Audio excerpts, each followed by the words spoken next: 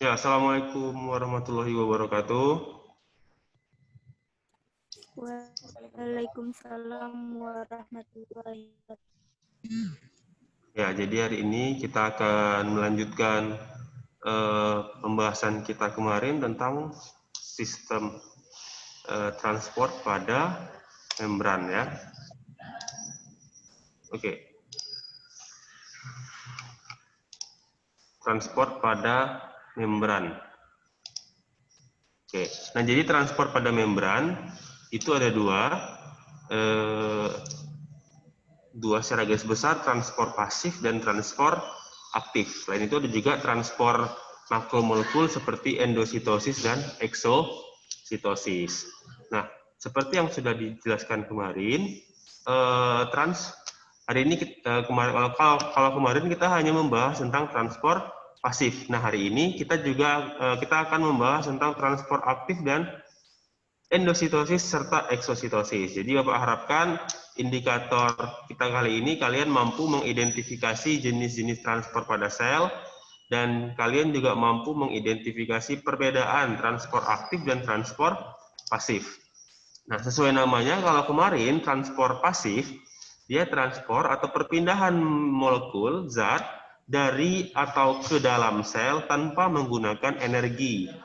Kenapa nggak butuh energi? Karena dia sejalan dengan gradien konsentrasi. Seperti orang yang menuruni jalan yang curam, turun. Nah, jadi kan misalkan ada orang naik sepeda, ada jalannya turun, mereka nggak perlu mendayung sepeda tadi, karena ya tinggal dibiarkan aja udah turun sendiri, karena dia menuruni gradien konsentrasi kalau pada transport pasif. Nah, kalau pada transport aktif, dia berlawanan atau menaiki gradien konsentrasi. Jadi dari yang konsentrasi yang rendah ke konsentrasi yang lebih tinggi. Nah, karena menaiki ini, dia butuh energi untuk berpindah. Ya.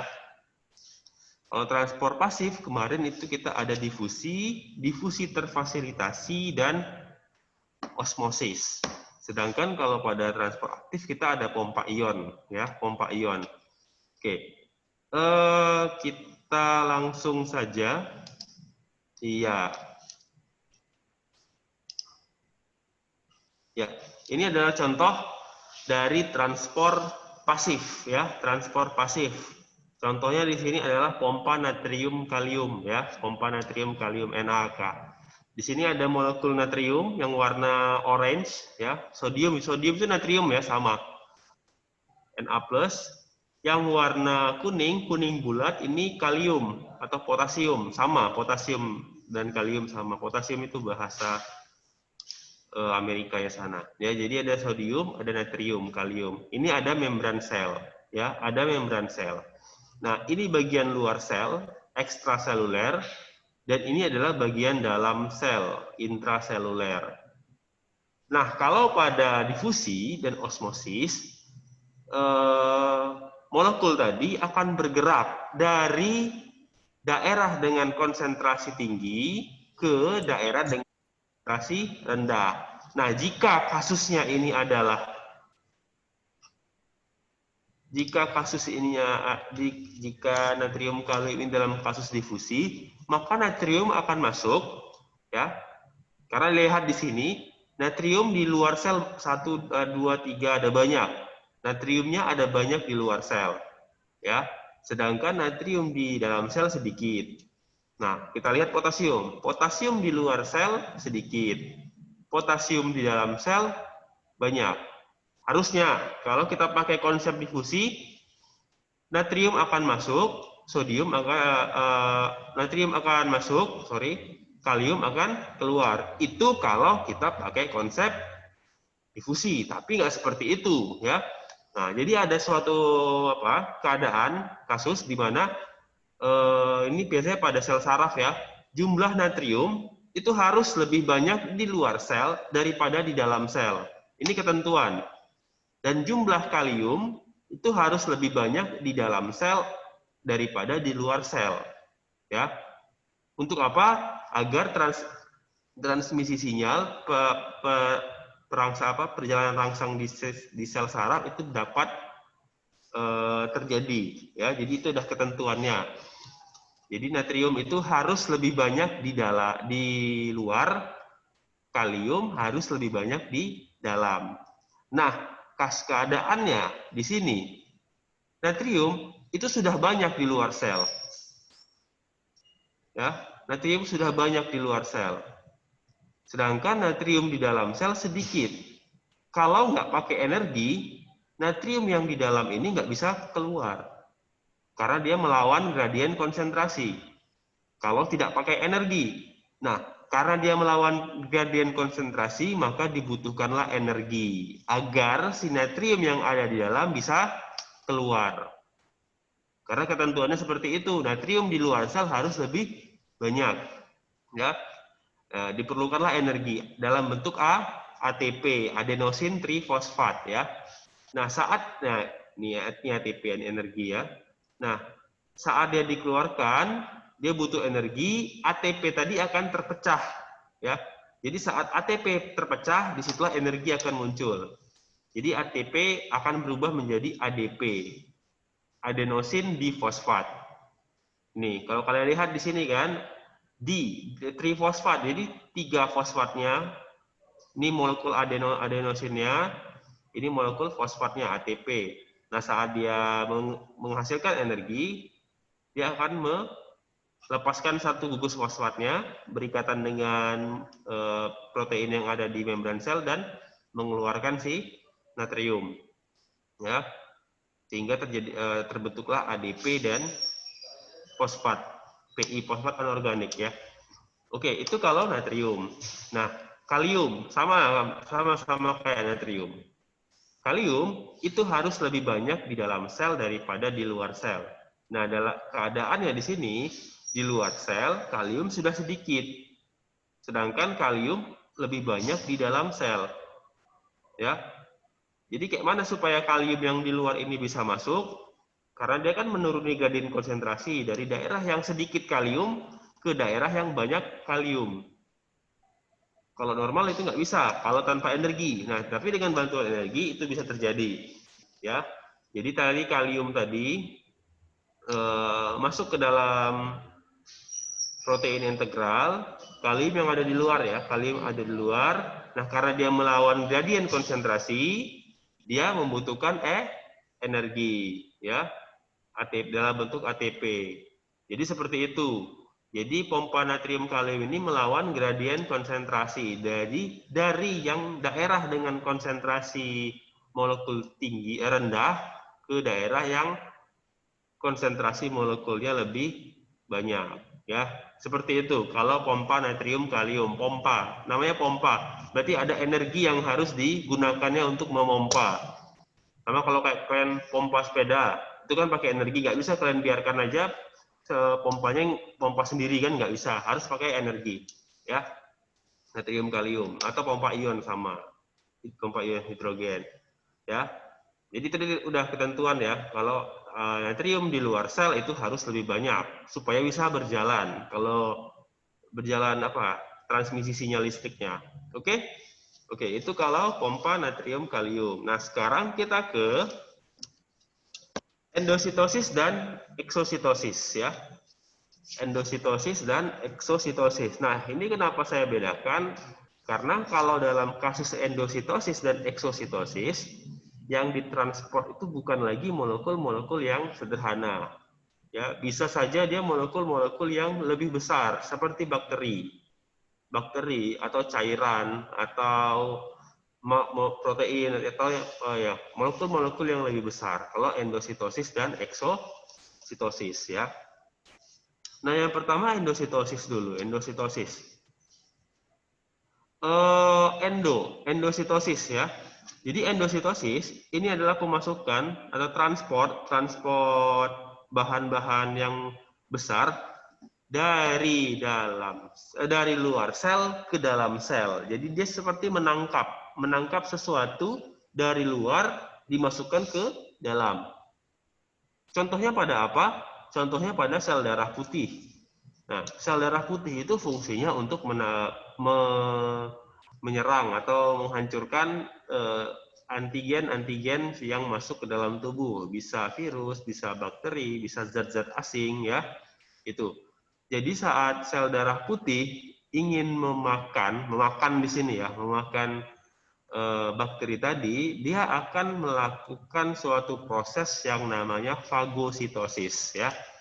Fagositosis. Jadi endositosis ini ada 3. Ada fagositosis, ada pinositosis, ada juga endositosis yang diperantarai reseptor. Bedanya di mana? Bedanya kalau fagositosis yang dimasukkan itu berupa partikel padat. Fagositosis, fago itu artinya makan, ya, makan. Kalau kalian ingat di kelas 10 ada virus yang namanya bakteriofag ya.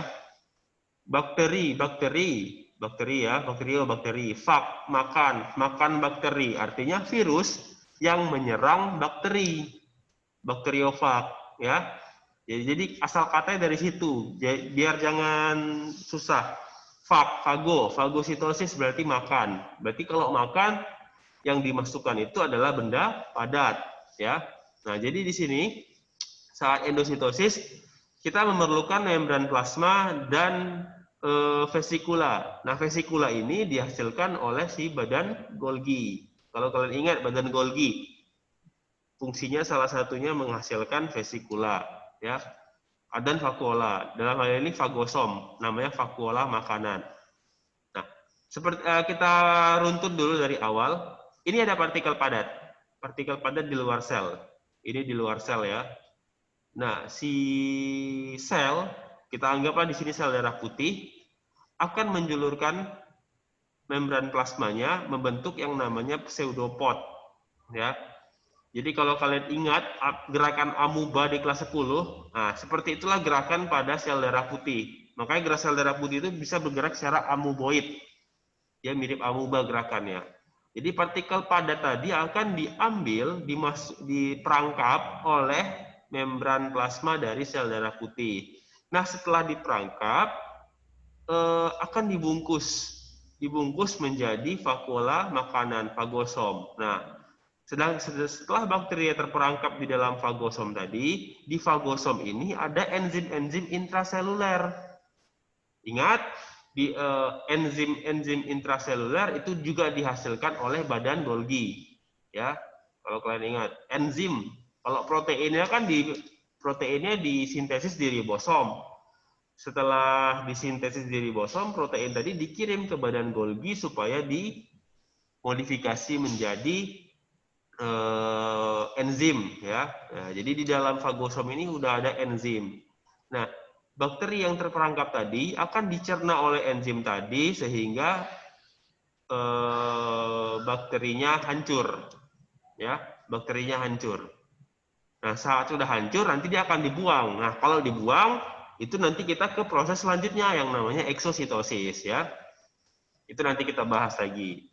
Jadi gitu cara masukannya ya, endositosis yang fagositosis. Jadi kalau fagositosis yang dimasukkan ke dalam sel itu adalah benda padat. Oke. Yang kedua adalah pinositosis. Nah, kalau tadi fagositosis itu benda padat, kalau pinositosis dia benda cair. Ya, benda cair. Benda cair yang dimasukkan ke dalam sel. Mekanismenya sama, hanya saja benda yang dimasukkan berbeda. Kalau fagositosis itu padat, kalau pinositosis cair. Dari kata pino itu artinya minum. Jadi ini makan, ini minum. Jadi ada beberapa cairan yang diperlukan oleh si sel tadi, sehingga dia harus mengambil dari luar ya. Jadi fagositosis, pinositosis. Fago makan, pino minum. Cairan kan minum ya. Nah, terus ada endositosis yang diperantarai reseptor. Ini bedanya dengan fagositosis di reseptornya. Ya, kalau pada fagositosis, semua bagian membran sel bisa memasukkan si makanan tadi. Ya, makanan dari mana aja bisa. Nah, tapi kalau endositosis yang diperantai reseptor, dia harus melalui reseptor. Kalau reseptornya tadi belum teraktivasi, maka dia nggak bisa melakukan endositosis. Nah, kalau kalian lihat di sini, di membran sel ada semacam reseptor penerima yang warna hijau ini, penerima. Nah, kalau ini nggak berikatan dengan bintang ini, ya, diibaratkan bintang ini ya sebagai pengaktivasinya, maka dia nggak akan bisa mengendositosis suatu bahan, ya. Nah, ini jadi harus diaktifasi dulu, barulah bisa dimasuk. Dan di sini ada protein yang melapisinya, ya. Kalau kalian lihat, jadi beda dengan fagositosis biasa.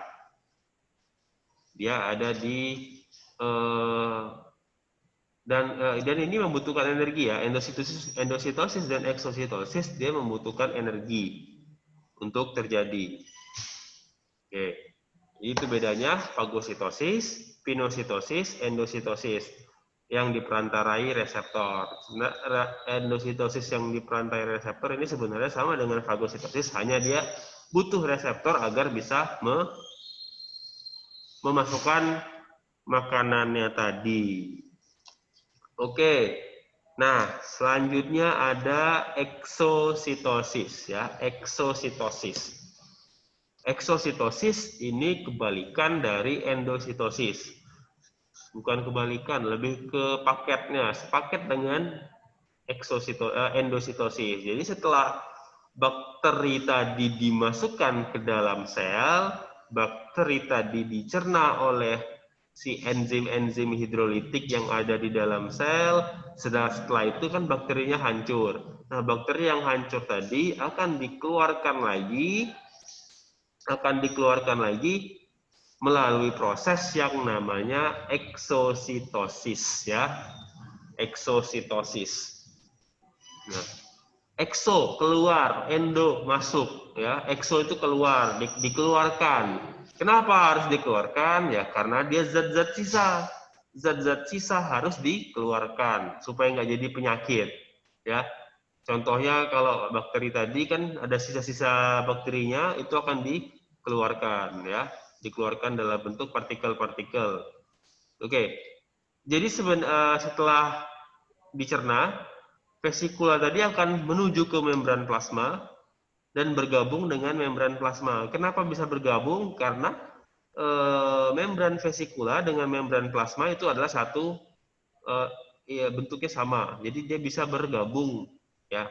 Kalau kalian ingat tadi, vesikula tadi kan juga dibentuk oleh membran plasma. Tetap dibungkus sama membran plasma membentuk vesikula.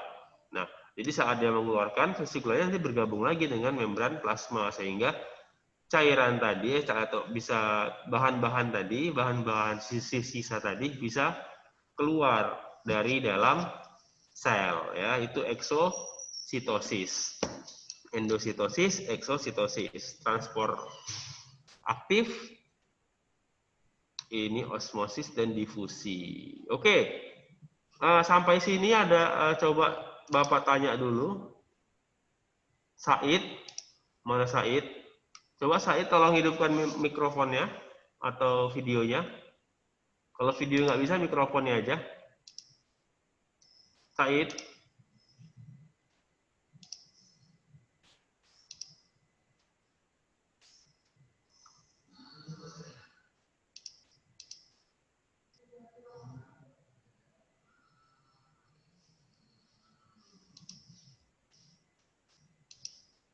Nggak bisa ya? Oke, nggak bisa. Coba Raisya. Raisya.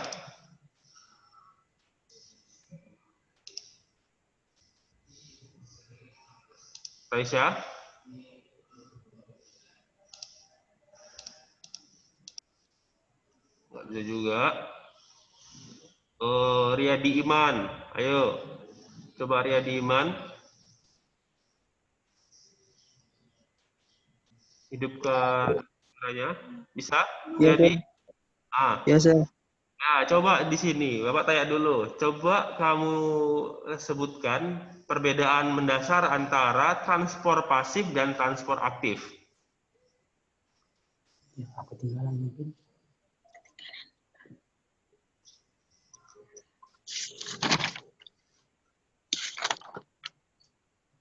Perbedaan transport pasif dan transport aktif.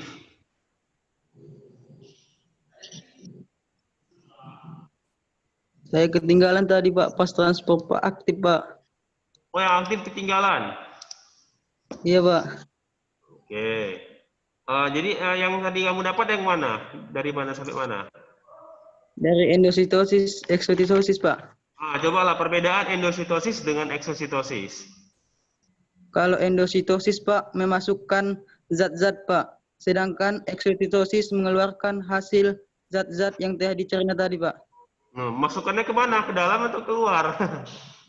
Kalau endositosis ke dalam Pak, eksotitosis Ya. dikeluarkan Pak. Oke, ya bagus. Terima kasih ya. Jadi itu deh endositosis masukkan, eksositosis mengeluarkan. Nah, kalau transport pasif tadi, mana tanda yang ketinggalan ya. Kalau transport pasif, dia adalah transportasi molekul tanpa menggunakan energi, ya. Energi tanpa menggunakan energi itu transport pasif. Kalau transport aktif, dia menggunakan energi, ya. Itu bedanya di energinya tadi. Ada yang pakai energi, ada yang nggak pakai energi. Kalau transport pasif nggak pakai energi, transport aktif, endositosis, eksositosis, dia pakai energi. Ya, ini. Kenapa dia pakai energi? Karena tadi dia berlawanan dengan gradien konsentrasi. Bayangkan kalau kalian naik sepeda mau ke atas gunung, ya kan dari tempat yang rendah ke tempat yang tinggi. Bisa nggak kalian biarkan aja sepedanya tiba-tiba naik? Kan nggak mungkin, nggak bisa. Harus di apa? Harus didayung. Nah, harus dikayuh. Nah, saat mengayuh itu butuh energi. Beda halnya kalau kalian naik sepeda dari daerah yang tinggi ke daerah yang rendah. Kalian biarkan aja sepedanya, pasti akan turun sendiri.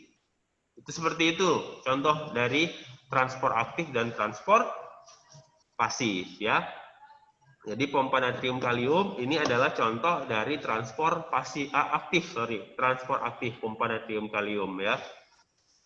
Ya, jadi dari daerah yang konsentrasinya rendah ini kan di sini natriumnya sedikit rendah ke daerah dengan konsentrasi tinggi. Di sini natriumnya ada banyak. Jadi dari yang tinggi dari yang rendah ke yang tinggi. Kebalikan dari difusi dan osmosis. Kalau difusi osmosis dari tempat yang tinggi ke tempat yang lebih rendah. Kalau transport pasif aktif dari tempat yang rendah ke tempat yang lebih tinggi ya, seperti itu. Ya oke. Terima kasih. Mungkin materi kita sampai di sini saja tentang transport pada membran. Selanjutnya di pertemuan yang akan datang kita akan mempelajari tentang pembelahan sel ya, pembelahan sel. Jadi setelah transport pada membran kita belajar tentang pembelahan sel.